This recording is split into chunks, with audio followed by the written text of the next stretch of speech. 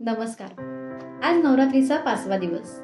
आजचा आपला टॉपिक आहे अँटीनेंटल केअर, म्हणजेच प्रसूतीपूर्व गर्भिणी आणि गर्भाची काळजी. प्रेग्नन्सी ही 3 टप्प्यांमध्ये विभागली गेलेली असते.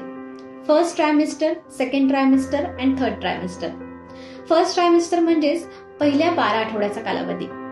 एखाद्या महिलेला जसे ज्ञात होते की ती प्रेग्नंट आहे, तिने गायनॅककडे जाऊन तिची नोंद घडणे गरजेचे आहे.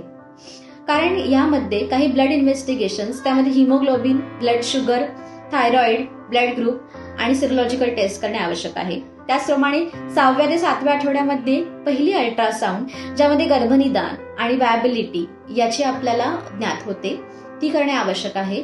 आणि 12व्या आठवड्यामध्ये होणारा अँटीस्कॅन हाही तेवढाच आवश्यक आहे. यामध्ये महिलेने लघु, शीत, मधुर अशा प्रकारचा आहार सेवन करावा. आणि मेडिसिन्समध्ये फॉलिक ऍसिड घेणे हे गर्भ आणि गर्भिणीसाठी अत्यावश्यक आहे. काही हार्मोनल चेंजेसमुळे गर्भिणीमध्ये खूप साऱ्या फिजिकल चेंजेस घडून येतात. त्यामध्ये तिला नॉशिया म्हणजेच अत्यंत मळमळ होणे, वॉमिटिंग होणे, कॉन्स्टिपेशन होणे, गॅशियस ॲब्डॉमेन फील होणे आणि एक्सेसिव्ह युरिनेशन होणे हे सिम्पटम्स दिसून येतात. परंतु हे नॉर्मल असतात. त्यासाठी मेडिकेशन तिने वैद्यकीय मार्गदर्शनानुसार घ्यावे. सेकंड ट्रायमिस्टर हा 13व्या आठवड्यापासून ते 28 आठवड्यापर्यंतचा असतो. यामध्ये जर मागच्या रिपोर्ट्समध्ये वैद्यकीय मार्गदर्शनाच्या खाली काही आढळल्यास आपण पुढचे काही रिपोर्ट्स करून घेतो.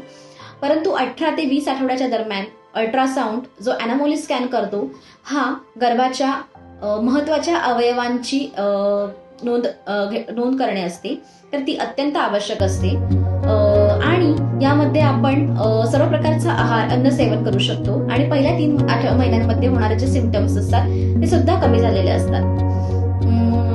सेकंड ट्रायमिस्टर आणि थर्ड ट्रायमिस्टर मध्ये कॅल्शियम आणि आयर्न घेणं हे दोघांसाठी महत्वाचे असते.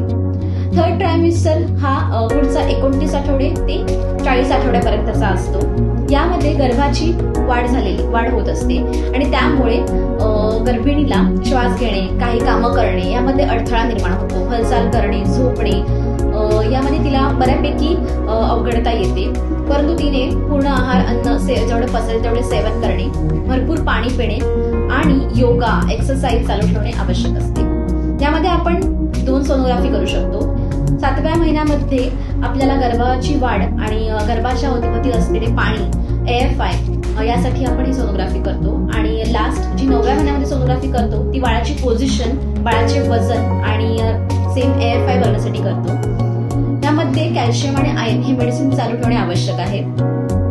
तर काही हाय रिस्क प्रेग्नन्सीमध्ये कधी पेशंटला 7व्या महिन्यामध्ये किंवा 5व्या महिन्यामध्ये दुखून येणे, कधी अंगावरून रक्त जाणे, तर अशा छोटे कुठलेही सिम्पटम्स, काही लक्षणे जाणवली तर तिने त्वरित वैद्यकीय मार्गदर्शन घ्यावे आणि नोंद घ्यावी.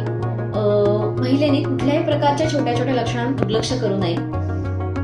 प्रेग्नन्सी ही बाळासाठी आणि आईसाठी दोघांसाठी तेवढ्याच महत्वाची असते. म्हणून अँटीनेंटल केअर बद्दल जेवढे ऐकले आहे तेवढे नक्कीच फॉलो करावे सगळ्या महिलांनी, सगळ्या गर्भिणींनी. आणि योगा करणे, गर्भसंस्कार घेणे हे आवश्यक आहे.